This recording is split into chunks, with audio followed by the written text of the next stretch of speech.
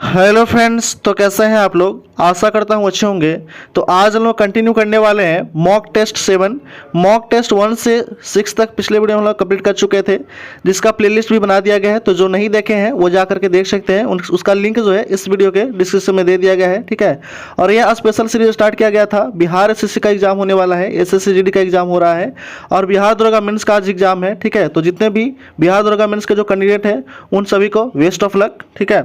और आज हम लोग डिस्कस करने वाले हैं आपको मॉक टेस्ट 7, और इसमें आपको 50 जीके जीएस का फुल स्क्रीन के साथ जो है वो डिस्कशन कराया जाता है, ठीक है। यहाँ पे जो है वो 50 जीके जीएस का जो है फुल स्क्रीन के साथ आपको कराया जाता है, और इसका पीडीएफ आपको व्हाट्सएप ग्रुप पे प्रोवाइड कर दिया जाता है। और व्हाट्सएप ग्रुप का लिंक इस वीडियो के डिस्क्रिप्शन में दे दिया गया है, तो वहाँ से जाकर ज्वाइन कर लीजिएगा। और कृपया अभी तक जो भी चैनल को सब्सक्राइब नहीं किया हो कृपया सब्सक्राइब कर दें, लाइक कर दें, बेल आइकन दबा दें और अलग अलग रिलेटेड ग्रुप में शेयर कर दें। आते हैं हम लोग फर्स्ट क्वेश्चन की ओर। पहला क्वेश्चन है अनुच्छेद 243 का सी जो है वो किससे संबंधित है, ठीक है। तो अनुच्छेद 243 का जो सी है वह संबंधित है पंचायत की संरचना से। ऑप्शन नंबर डी हो जाएगा राइट आंसर। नेक्स्ट क्वेश्चन है, अगला प्रश्न दिया गया है वो है कि संयुक्त राष्ट्र सुरक्षा परिषद के अस्थायी सदस्यों के संबंध में निम्नलिखित में से कौन सा कथन सही है, ये बताना है। तो कौन सा सही है। अब इनकी कुल संख्या 10 है, किंतु मूलतः यह संख्या पहले 6 थी। ये पहला कथन सही है। दूसरा है कि यह केवल 2 वर्षों की अवधि के लिए निर्वाचित होते हैं, ये भी सही है। यानी कि ऑप्शन नंबर क्या हो जाएगा, ए और बी दोनों, 1 और 2 दोनों सही हो जाएगा। ऑप्शन नंबर सी हो जाएगा राइट आंसर।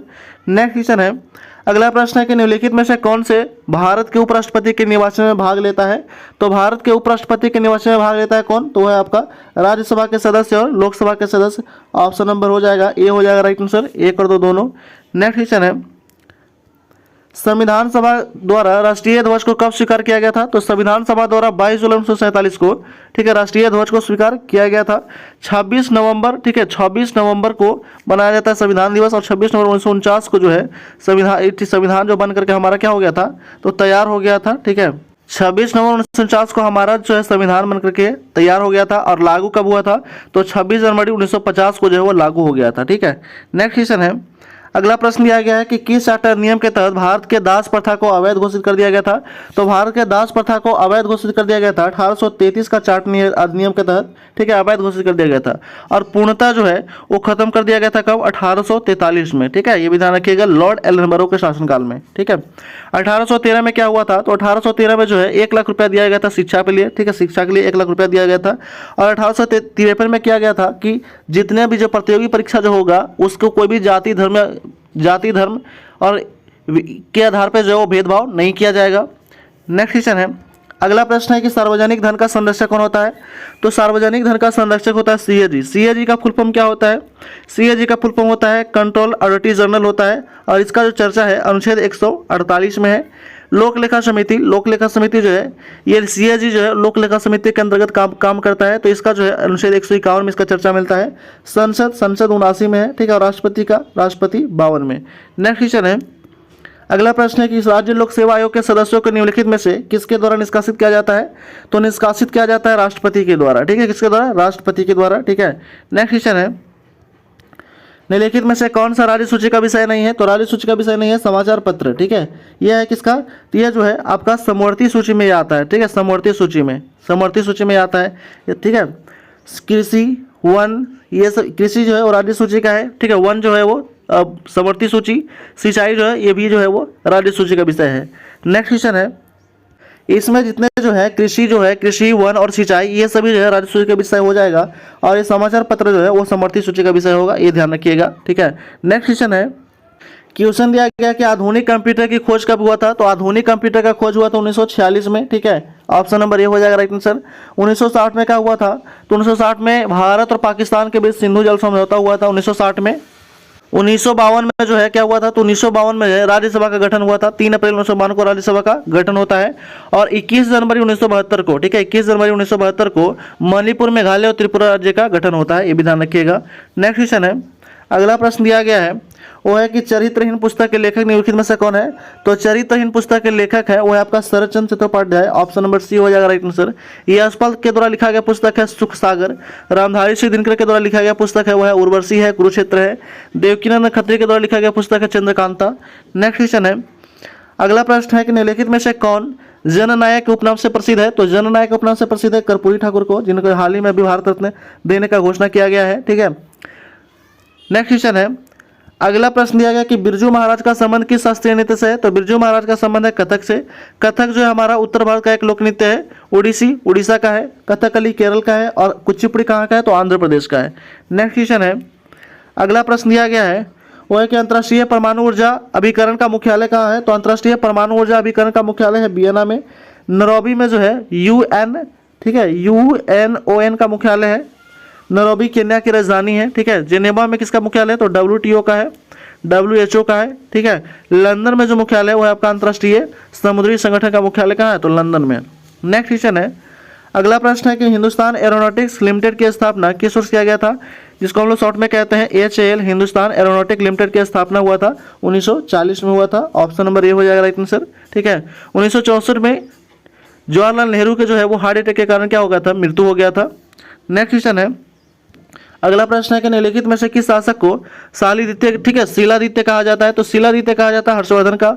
हर्षवर्धन का शासन कब से कब तक था? तो 606 से लेकर के 647 तक था। ठीक है, चंद्रगुप्त द्वितीय का शासनकाल था 375 से 414 ईस्वी। उसके बाद अशोक का कार्यकाल था 269 से 232 ईसा पूर्व। ठीक है, नेक्स्ट क्वेश्चन है, अगला प्रश्न दिया गया कि किस वंश के शासनकाल में तीनों संगम का आयोजन किया गया था? तो तीनों संगम का आयोजन किया गया था आपका पांड्य वंश के शासनकाल में। कब से कब तक रहा था? तो 560 से लेकर के 1300 ईस्वी तक इसका शासनकाल रहा था। चोल का रहा था कब से? तो 300 BC से लेकर के 1279 BC तक रहा था। ठीक है, 1279 AD तक रहा था। चेर का शासनकाल 9वीं शताब्दी तक रहा था। और पल्लव जो था वो 700 से 1174 ईस्वी तक रहा था, AD तक। ठीक है, नेक्स्ट क्वेश्चन है, अगला प्रश्न है कि किस वंश के शासक ने सर्वाधिक समय तक दिल्ली सल्तनत पर शासन किया था? तो सर्वाधिक समय पर दिल्ली पर शासन किया था कौन? तुगलक वंश। तुगलक वंश का शासनकाल कब से कब तक माना जाता है? तो 1320 से लेकर के 1414 तक माना जाता है। ठीक है, 1414 तक माना जाता है। ठीक है, 1414 तक माना जाता है। एक बार फिर से देखते हैं हम लोग। ठीक है, तुगलक वंश का शासनकाल कब से? तो 1320 से लेकर के 1414 तक माना जाता है। लोधी वंश का शासनकाल है 1451 से लेकर के 1526 तक माना जाता है। ठीक है, गुलाम वंश का शासनकाल है 1206 से लेकर के 1290। ठीक है, उसके बाद एक खिलजी वंश, तो खिलजी वंश 1290 से लेकर के 1290 से 1320। ये जितने भी आपको एक्स्ट्रा पॉइंट लिखाया जाता है, ठीक है, वो पेन और कॉपी ले करके अगर बैठते हैं तो आप उसको नोट डाउन कर लेते हैं, नोट डाउन कर लीजिएगा ताकि आपको रिवीजन में जो है वो बहुत सुविधा मिलेगा। आते हैं नेक्स्ट क्वेश्चन की ओर कि खतौली का युद्ध कब हुआ था? तो खतौली का युद्ध हुआ था आपका 1518 में हुआ था। ऑप्शन नंबर ए हो जाएगा राइट आंसर। और ये हुआ था कहाँ पे? तो ये हुआ था लाखेरी में। कहाँ हुआ था? लाखेरी में हुआ था। ठीक है, नेक्स्ट क्वेश्चन है, किस शासक ने शासनकाल में उपनिषद का फारसी भाषा में अनुवाद किया था? तो फारसी भाषा में अनुवाद किया था शाहजहां। ठीक है, शाहजहां का शासनकाल था 1628 से लेकर के 1658 तक। अकबर का शासनकाल था 1556 से लेकर के 1605 तक। जहांगीर का शासनकाल था 1605 से 27 और औरंगजेब का शासनकाल था 1658 से लेकर के 1707 तक। नेक्स्ट क्वेश्चन है, डेक्कन एजुकेशन सोसाइटी की स्थापना निम्न से किसने किया था? तो डेक्कन एजुकेशन सोसाइटी की स्थापना बाल गंगाधर तिलक के द्वारा किया गया था। ऑप्शन नंबर बी हो जाएगा राइट आंसर। दयानंद सरस्वती के द्वारा आर्य समाज की स्थापना किया गया था 1875 में। राजा राम मोहन राय के द्वारा सती प्रथा का अंत किया गया था। ठीक है, नेक्स्ट क्वेश्चन है, अगला प्रश्न है कि निम्नलिखित में नेताओं में कौन स्वदेशी समर्थक थे? तो स्वदेशी समर्थक थे कौन? तो वो थे आपका अरविंद घोष थे स्वदेशी समर्थक। ऑप्शन नंबर बी हो जाएगा राइट आंसर। सुभाष चंद्र को वेद पुरुष भी कहा जाता है। ठीक है, और सबसे पहली बार जो है वो राष्ट्रीय आय की गणना किया था दादा भाई नौरोजी ने, जिसका आय बताए थे कितना? 20 रुपये बताए थे। ठीक है, नेक्स्ट क्वेश्चन है, अगला प्रश्न है कि अनुशीलन समिति का गठन किसके द्वारा किया गया था? तो अनुशीलन समिति का गठन किया गया था पी मित्रा के द्वारा। कब? तो किया गया था 1902 में किया गया था। नेक्स्ट क्वेश्चन है, फ्रेंच क्रांति के दौरान दूसरी संपत्तियों का हिस्सा कौन था? तो फ्रेंच क्रांति के दौरान दूसरी संपत्तियों का हिस्सा था आपका उच्च वर्ग। ऑप्शन नंबर डी हो जाएगा राइट आंसर। नेक्स्ट क्वेश्चन है, निम्नलिखित घटनाओं में कालक्रम रखना है। ठीक है, तो प्रथम सिख युद्ध कब होता है? तो प्रथम सिख युद्ध होता है आपका 1845 से लेकर के 1846 तक। प्रथम अफगान युद्ध होता है कब? तो 1839 से 42 तक। 1839 से लेकर के 42 तक होता है। तृतीय मराठा युद्ध होता है 1817 से लेकर के 1818 तक होता है। ठीक है, उसके बाद प्रथम बर्मा युद्ध कब होता है? तो प्रथम बर्मा युद्ध 1824 से लेकर के 26 तक होता है। तो इसका जो है कालक्रम के अनुसार अगर हम सजाते हैं तो क्या हो जाएगा, 1 4 3 2 1 हो जाएगा, 4 3 2 1 हो जाएगा। ऑप्शन नंबर क्या हो जाएगा, ए हो जाएगा राइट आंसर। नेक्स्ट क्वेश्चन है, अगला प्रश्न है कि एक ही कब्र में 3 मानव कंकाल किस स्थान से प्राप्त हुए हैं। तो एक ही कब्र में 3 मानव कंकाल प्राप्त हुए हैं कहाँ से, दमदमा से। ऑप्शन नंबर ए हो जाएगा राइट आंसर। दमदमा कहाँ पे है, तो हरियाणा में है। मदहा कहाँ पे है, यूपी में। बुरजम कहाँ पे है, तो बुरजम है जम्मू कश्मीर में। और लोथल है गुजरात में। नेक्स्ट क्वेश्चन है, निम्नलिखित में से कौन सा उत्पाद 4 प्रमुख कारक है। तो उत्पाद का 4 प्रमुख कारक है भूमि, श्रमिक, पूंजी और संगठन। ऑप्शन नंबर क्या हो जाएगा, ए हो जाएगा राइट आंसर। नेक्स्ट क्वेश्चन है, घटिया वस्तु के लिए मांग गिरती है जब, ठीक है, घटिया वस्तु के लिए मांग गिरती है जब आय बढ़ती है। ऑप्शन नंबर बी हो जाएगा राइट आंसर। नेक्स्ट क्वेश्चन है, राजस्व घाटे की अपेक्षा राजकोषीय घाटा सदैव क्या होता है। तो राजस्व घाटे की अपेक्षा राजकोषीय घाटा अधिक होता है। ऑप्शन नंबर ए हो जाएगा राइट आंसर। नेक्स्ट क्वेश्चन है, भारत में गरीबी निर्धारण हेतु सी रंगराजन समिति का गठन कब किया गया था। तो सी रंगराजन समिति का गठन किया गया था 2012 में। ऑप्शन नंबर बी हो जाएगा राइट आंसर। नेक्स्ट क्वेश्चन है, निम्नलिखित में से किसने ग्रीन हाउस गैसों की संकल्पना किया था। तो ग्रीन हाउस गैसों का संकल्पना किया था जोसेफ फोरियर ने। ऑप्शन नंबर ए हो जाएगा राइट आंसर। नेक्स्ट क्वेश्चन है, निम्नलिखित में से कौन सुमेलित नहीं है। तो कौन सुमेलित नहीं है आपका, यह है दुधवा राष्ट्रीय उद्यान बाघ के लिए है, ये सही है। दूसरा है का मानस राष्ट्रीय उद्यान हाथी के लिए, ये भी सही है। राजा जी राष्ट्रीय उद्यान जो है ये है आपका हाथी के लिए, ये भी सही है। पेरियार जो है वो राष्ट्रीय उद्यान हुंगल के लिए, ये सही नहीं है। तो क्या हो जाएगा, ये है हाथी के लिए और बाघ के लिए ये फेमस है, जो कहाँ पे है, केरल में है। नेक्स्ट क्वेश्चन है, अगला प्रश्न है कि थुमथांग घाटी, ठीक है, युमथांग घाटी किस राज्य में स्थित है। तो युमथांग घाटी स्थित आपका सिक्किम में। केरला में है शांत घाटी, ठीक है। उत्तराखंड में है फूलों की घाटी। और काजीरंगा राष्ट्रीय उद्यान कहाँ है, तो असम में है, ठीक है। नेक्स्ट क्वेश्चन है, अगला प्रश्न है कि निम्नलिखित में से कौन सा जलडमरू ऑस्ट्रेलिया और तस्मानिया को अलग करता है। तो ऑस्ट्रेलिया और तस्मानिया को अलग करता है बास जल, ठीक है, बास जल संधि। पाक जो है भारत और श्रीलंका को अलग करता है। नेक्स्ट क्वेश्चन है, गेहूं की खेती के लिए आवश्यक क्या है। तो गेहूं की खेती के लिए आवश्यक है संयत तापमान और संयत वर्षा। ऑप्शन नंबर बी हो जाएगा राइट आंसर। नेक्स्ट क्वेश्चन है, भारत और पाकिस्तान के बीच में सिंधु जल समझौता कब हुआ था। तो भारत और पाकिस्तान के बीच में सिंधु जल समझौता हुआ था कब, 1960 में हुआ था। ऑप्शन नंबर सी हो जाएगा राइट आंसर। 1947 में भारत आज़ाद हुआ था, पर 1956 में राज्य पुनर्गठन आयोग का गठन किया गया था, राज्य पुनर्गठन आयोग। 1965 में भारत और पाकिस्तान युद्ध हुआ था। नेक्स्ट क्वेश्चन है, दस्त-ए-लूट रेगिस्तान का संबंध किस देश से है। तो ठीक है, दस्त-ए-लूट रेगिस्तान का जो संबंध है वो है आपका ईरान से है। ईरान का जो करेंसी है वो है आपका तोमान है। इराक का करेंसी है दिनार, ठीक है। जापान का करेंसी है एन। और चीन का करेंसी क्या है, तो रेन मिनबी है, रेन मिनबी है। नेक्स्ट क्वेश्चन है, निम्नलिखित में से कौन सी ठंडी जलधारा का उदाहरण नहीं है। तो ठंडी जलधारा का उदाहरण नहीं है क्रोएशिया, बाकी सभी जो है वो ठंडी जलधारा है। ये क्या है, तो क्रोएशिया जो है वो गर्म जलधारा है। नेक्स्ट क्वेश्चन है, काली मिट्टी का निर्माण किस प्रकार के चट्टान से टूटने से होता है। तो काली मिट्टी का निर्माण होता है बेसाल्ट चट्टान के टूटने से। ऑप्शन नंबर सी हो जाएगा राइट आंसर। काली मिट्टी को रेगुर मिट्टी भी कहा जाता है, और इसका जो है सबसे ज़्यादा महाराष्ट्र और गुजरात में फैला हुआ है। और काली मिट्टी में सबसे ज़्यादा कपास की खेती किया जाता है। नेक्स्ट क्वेश्चन है, जीवित प्राणियों के शरीर में होने वाले निम्नलिखित में से कौन सी एक प्रक्रिया का पाचन प्रक्रिया है। तो पाचन प्रक्रिया है प्रोटीन का एमिनो अम्ल में विघटन होना। ऑप्शन नंबर ए हो जाएगा राइट आंसर, ठीक है। नेक्स्ट क्वेश्चन है, अगला प्रश्न है कि पूरे शरीर में ऑक्सीजन ले जाने की महत्वपूर्ण भूमिका कौन निभाता है। तो पूरे शरीर में ऑक्सीजन ले जाने का महत्वपूर्ण भूमिका रक्त, लाल रक्त कणिका निभाता है। ऑप्शन नंबर सी हो जाएगा राइट आंसर।